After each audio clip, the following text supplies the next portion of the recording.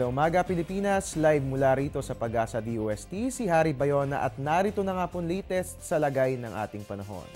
Nag-iba na ng pagkilos si Bagyong Agaton at sa ngayon ay bumaba ng bahagya ang lokasyon nito.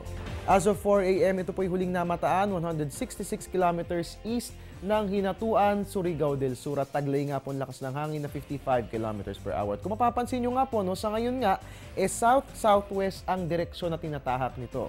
Ang dahilan sa likod nito ay ang activity ng high pressure area, dyan po yan sa may bandang Hilaga sa labas ng ating bansa. At dahil bumaba na ang lokasyon nito, inalis na po natin ang storm warning signal sa Visayas. Pero ganun pa man, nakataas pa rin ang signal number 1 sa mga sumusunod na lalawigan sa Mindanao. Surigao del Norte, Siargao at ganun din po sa Surigao del Sur, Dinagat Province, Agusan del Norte, Agusan del Sur, Davao Oriental at Compostela Valley. Ayon kay Pag-asa Weather Forecaster Fernando Cada, merong dalawang bagay na maaaring mangyari given the said movement of Bagyong Agaton. Una nga po, dahil sa south-southwest ang direksyon nito, posibleng hindi na po ito tumama sa ating bansa. At pangalawa naman po, posible po itong tumama dyan po yan sa may southern tip ng Davao del Sur. At kapag naglandfall nga po ito, posible itong humina bilang isang low pressure area o LPA.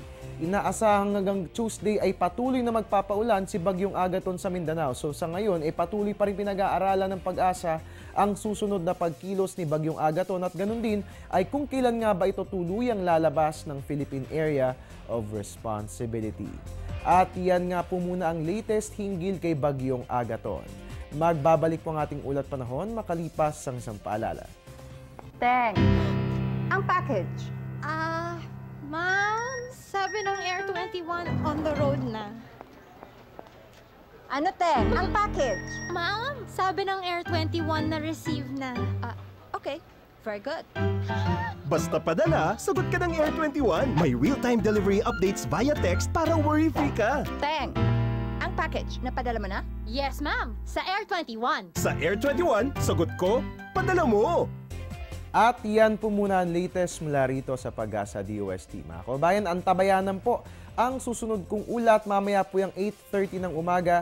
Atin pong sisilipin ang lagay ng ating mga karagatan sa pamamagitan ng gale warning ng Pag-asa at ganun din na yung 3-day weather forecast na kanilang inilabas. You can follow us on Twitter at Panahon TV at ang ating website. Pwedeng i-check www.panahon.tv.